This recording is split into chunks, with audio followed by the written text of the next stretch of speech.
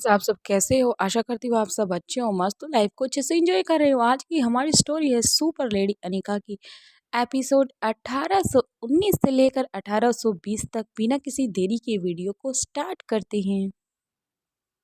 रोहित और अनीका बच्चों के साथ आराम से बैठ जाते हैं और इन्हें छेड़ने लग जाते हैं रिया को। रिया भी बार बार नाराज हो रही थी, लेकिन रोहित और अनीका आखिर में उसे मना ही ले लेते हैं। फिर रिया जल्दी से एक पिल्लो अलेक्जेंडर रिया की तरफ देख रहा था, उसकी तरफ फेंकती है, तो फिर अलेक्जेंडर भी दूसरा पिल्लो रिया की तरफ फेंकता है। फिर रिया ऐसे करके सब की तरफ पिल्लो फेंकने लग जाती हैं। जितने भी उनके सोफे के या फिर बेड के कुशन थे वो एक दूसरे को मार कर वो आपस में खेलने लग जाते हैं। काफ़ी देर तक ऐसे ही रहता है। उस कमरे से इतनी ज़ोर से आवाज़ आ रही थी कि घर वालों को पता नहीं लगा कि ऊपर क्या हो रहा है। सभी की नज़रें बस उसी रूम की तरफ थी। तभी आशा मारवा के साथ दादी माँ भी उसके साथ वहाँ से टहल ही रही थी। तब उन्होंने भी आवाज़ सुनी तो दादी माँ ने कहा आशा मारवा से कि मेरी चेयर को तुम बच्चों के रूम की तरफ लेके चलो। आशा मारवा आशा मारवा ने दादी माँ की चेयर को बच्चों के रूम की तरफ ले लिया। वो दोनों दरवाज़ा खुला ही था, आराम से खड़े होकर देख रहे थे। काफ़ी खुश थी दादी माँ, और ऊपर से आशा मारवा के फेस पर भी एक प्यारी सी स्माइल थी। दोनों आराम से बच्चों और अनिका आपस में जो मस्ती कर रहे थे उन्हें देखने लग जाते हैं। तभी अलेक्जेंडर की नज़र दरवाजे की तरफ जाती है और फिर वो कहता है कि दादी माँ, इतना कहकर फैमिली के सभी जो भी मेंबर्स थे वही वहीं पर आ जाते हैं और उन सभी को देखते हैं कि वो कैसे मस्ती कर रहे हैं। सभी खुश हो जाते हैं। तभी दादी माँ को देखकर बाकी जितने दादी माँ के पीछे मेंबर्स खड़े खड़े थे फैमिली के, सभी बिल्कुल शांत थे, क्योंकि दादी माँ ने उनको ज़ोर से आवाज़ लगाई कि अभी शांत हो जाओ। तभी सभी शांत हो जाते हैं। रोहित, मारवा और जितने भी फैमिली के मेंबर्स थे उनके साथ बच्चे भी आराम से अपनी अपनी पोजीशन ले लेते हैं। जैसे वो खड़े थे बिल्कुल वैसे ही खड़े रह जाते हैं। तभी दादी माँ आशा मारवा की तरफ कुछ इशारा करती है। जो दादी माँ के पैर की तरफ एक पिल्लो पड़ा था उसे उठाती है और अपनी चेयर को आगे की तरफ धकेलती है। कुछ सेकंड में ही उसकी चेयर रोहित, मारवा और बच्चों के पास चली जाती है। वो आराम से सभी की तरफ देख रही थी और सभी एक दूसरे की तरफ देख रहे थे। रोहित को और अनिका को लग रहा था कहीं ना कहीं कहीं दादी माँ सोई तो नहीं थी और हमने उन्हें डिस्टर्ब तो नहीं किया, ये सब उनके दिमाग में चल रहा था।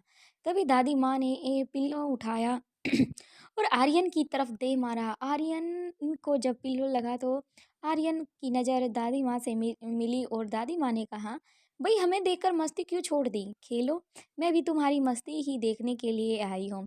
तभी बच्चे खुश हो जाते हैं और दादी माँ को थैंक यू बोलते हैं और आपस में एक दूसरे को क्वेश्चन मारने लग जाते हैं। फैमिली के सभी मेंबर सब अंदर आ जाते हैं, एक दूसरे को ऐसे ही मारते रहते हैं। दादी माँ दीवार के साथ में अपनी चेयर को कर लेती है।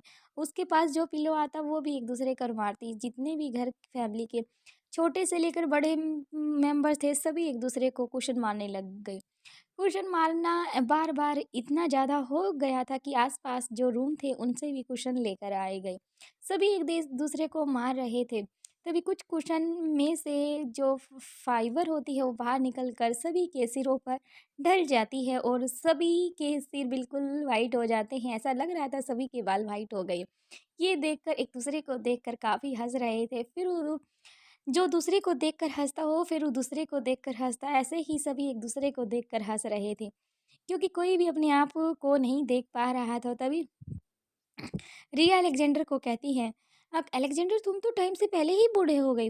तभी अलेक्जेंडर उसे छेड़ते हुए कहता है, तुम कौन सा जवान हो, तुम भी तो बूढ़ी हुई हो। फिर रिया जल्दी से मिरर की तरफ देखती है, वो काफ़ी खुश हो जाती है और दादी माँ ये सब फैमिली में आज बहुत दिनों के बाद सभी एक दूसरे के साथ कितने खुश थे ये देखकर बहुत ही खुश थी। तभी दादी माँ को खुशी इतनी बर्दाश्त नहीं हुई और उनकी आंखों से आंसू आने लग जाते हैं। तभी दूर खड़ी अनीका दादी माँ को ही देख रही थी और क्योंकि वो समझ भी पा रही थी कि दादी माँ कितनी खुश है आज अपनी फैमिली के सभी मेंबरों को एक साथ देखकर एक छत के नीचे। तभी अनिका जब उनकी आँख से आँसू गिरकर उनके हाथ पर गिरता है और दादी माँ जल्दी से पूछ लेती है ताकि कोई उनको ऐसे ना देखे और काफ़ी परेशान ना हो, लेकिन अनिका उनके पास आ ही जाती है।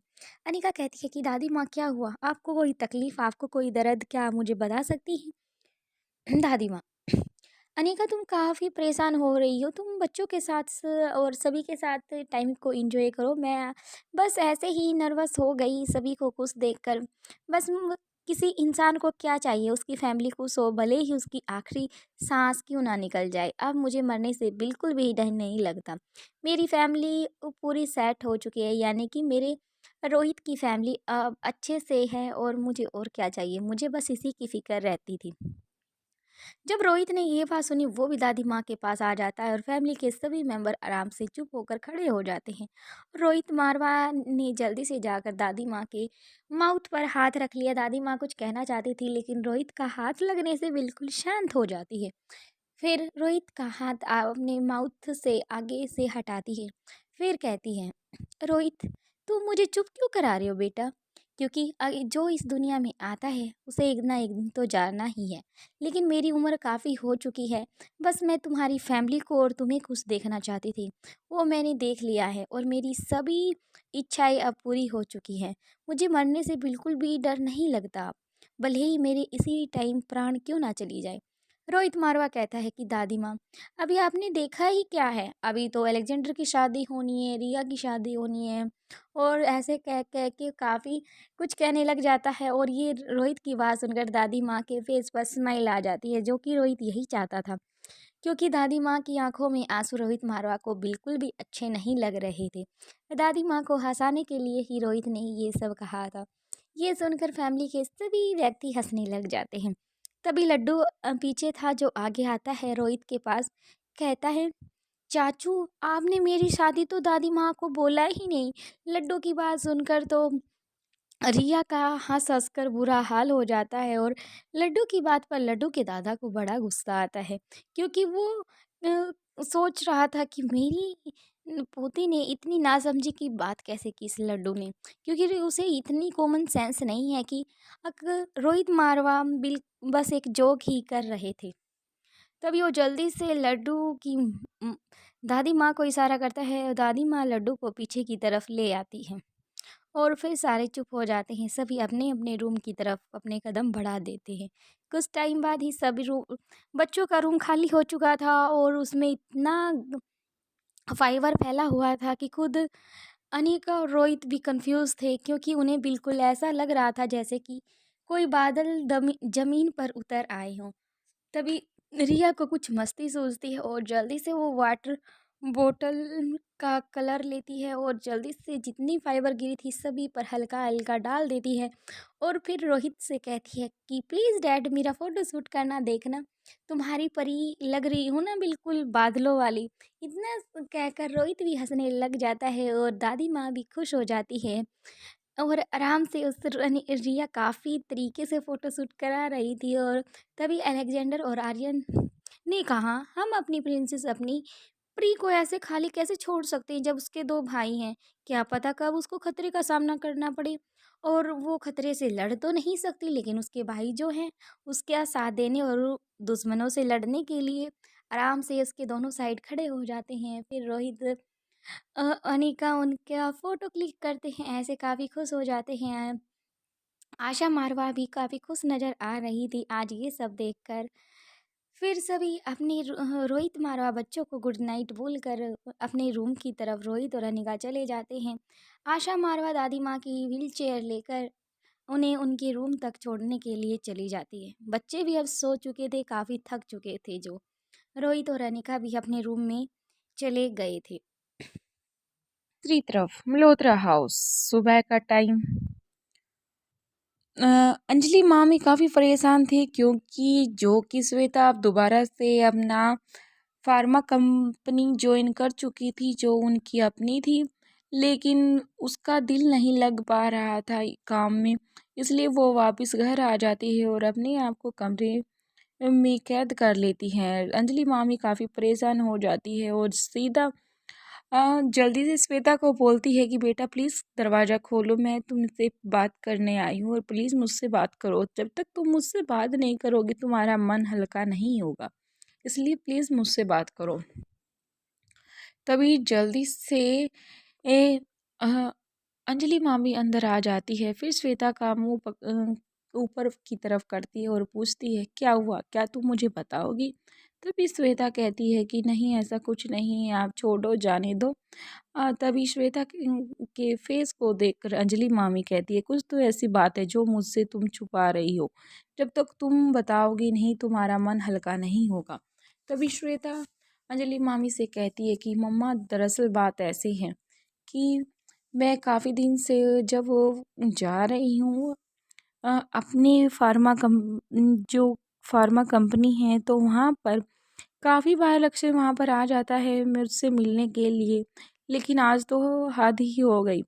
तब वो मुझे नीचे की तरफ बुला रहा था लेकिन मैंने उसे आने से मना कर दिया। फिर उसका फ़ोन आया लेकिन मैंने फ़ोन उठाना बेहतर नहीं समझा क्योंकि मैं अनिका दीदी का फरमान है कि मैं उसे भूल जाऊँगी तो काफ़ी अच्छा ही होगा। मैं अपने आप को इतना कंट्रोल कर रही थी तभी वो मैं खिड़की से ही लक्ष्य को देख रही थी, उसने अपनी पल्स कट कर दी।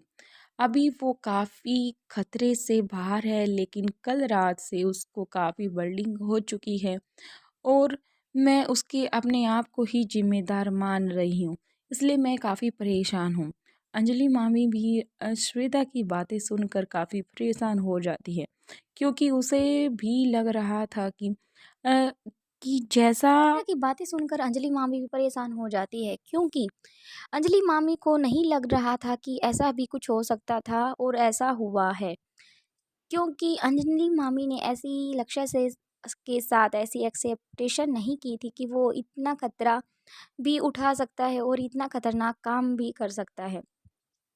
लेकिन जो उसने किया है उससे तो अब श्वेता को संभालना नामुमकिन ही है। अनिका हो चाहे मैं हो चाहे इसके पापा हों, लेकिन हम इसे अब नहीं समझा सकते क्योंकि अब इसे इमोशनली ब्लैकमेल किया है।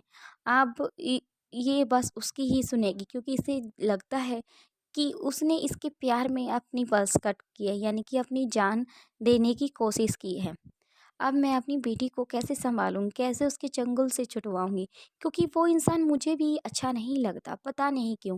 भले ही वो हमारे घर अच्छे से बिहेव किया, उसने अच्छी-सी बातें की हों, लेकिन जो मैंने स्टार्टिंग में उसे देखा था और अब वाली लक्ष्य में काफ़ी दिन और रात जितना अंतर है। मैं उसके डैड के बारे में मुझे अनिका ने बताया था, लेकिन उसने अपने बारे में इतना ज़्यादा अपनी फैमिली के बारे में हमें कभी नहीं बताया, बस अपनी ही बात करता रहता है। तो फिर अनिका के बारे में सोचने लग जाती हैं अंजलि मामी। तभी श्वेता कहती है कि मम्मा आप कहाँ खो गई? श्वेता की बात सुनकर अंजलि, जो कि अब तक अपने ख्यालों में खोई हुई थी, एकदम बाहर आती है और कहती है कि श्वेता तुम तो ठीक हो ना बेटा? फिर श्वेता, हाँ मम्मा मैं तो ठीक हूँ, मुझे क्या हुआ है? लेकिन मैं बहुत परेशान हूँ, मुझे समझ नहीं आ रहा मुझे क्या करना चाहिए। मेरा दिल कुछ कह रहा है लेकिन मेरा मन कुछ कह रहा है। मुझे समझ नहीं आ रहा है मैं क्या करूँ? आप ही बताओ मुझे क्या करना चाहिए? मुझे लक्ष्य से शादी करनी चाहिए या फिर नहीं करनी चाहिए? अगर मैं एक तरह देखूँ तो वो मुझसे अपनी जान से ज़्यादा प्यार करता है, तो मैं उसे कैसे गलत थाप सकती हूँ या उसके बारे में कैसे गलत सोच सकती हूँ, जो मेरे ऊपर अपनी जान तक दे सकता है। अब अंजलि मामी के पास कोई आंसर नहीं था, इसलिए उसने कहा कि बस मुझे कुछ टाइम का वक़्त दो, उसके बाद मैं तुम्हें बताती हूँ। इतना कहकर अंजलि मामी उसे कहती है कि मैं तुम्हारे कुछ खाने का प्रबंध करती हूँ और फिर बाद में हम दोनों बैठकर बातें करते हैं। अंजलि मामी वहाँ से जाने लगती है तो श्वेता अपना दरवाज़ा बंद कर लेती है और फिर दोबारा से लक्ष्य के पास कॉल करती है, लेकिन लक्ष्य का फ़ोन स्विच ऑफ आता है। अब श्वेता की परेशानी और बढ़ जाती है। फिर वो कुछ टाइम आराम से बैठती है, फिर लक्ष्य के पास फ़ोन करती है, लेकिन अब भी लक्ष्य का फ़ोन स्विच ऑफ था क्योंकि सुबह ही वो उससे मिल के आई है। ऐसा ही कुछ टाइम करती रही, अब उसकी बेचैनी और ज़्यादा बढ़ जाती है। फिर वो उसकी मॉम के नंबर पर फ़ोन करती है क्योंकि लक्ष्य ने कभी उसकी मॉम का नंबर उसके नंबर से कभी श्वेता के पास फ़ोन किया था, तो श्वेता ने उसका नाम लक्ष्य मॉम नाम से सेव कर लिया था। वो उसके पास फ़ोन करती है और लक्ष्य की कंडीशन के बारे में जानने की कोशिश करती है। तभी लक्ष्य की मोम कुछ कहना चाहती थी, तभी दूर से लक्ष्य ने हाथ हिलाया और कहा उसे इशारों से कुछ बात समझाई। तभी लक्ष्य की मोम कहती है रुचि कि बेटा मैं बाद में बात करती हूँ। दरअसल लक्ष्य को अभी कुछ दवाई देनी है, तो उसके बाद मैं आपसे बात करती हूँ और तुम्हें पूछना है मुझसे पूछ सकती हो। इतना कहकर वह फ़ोन कट कर देती है और लक्ष्य के पास चली जाती है। उससे पूछने के लिए कि उसने क्या कहा है, कि मुझे फ़ोन पर उससे क्या कुछ बोलना है। क्योंकि अभी तक लक्ष्य ने रुचि को कुछ नहीं बताया था कि मेरे साथ क्या हुआ है और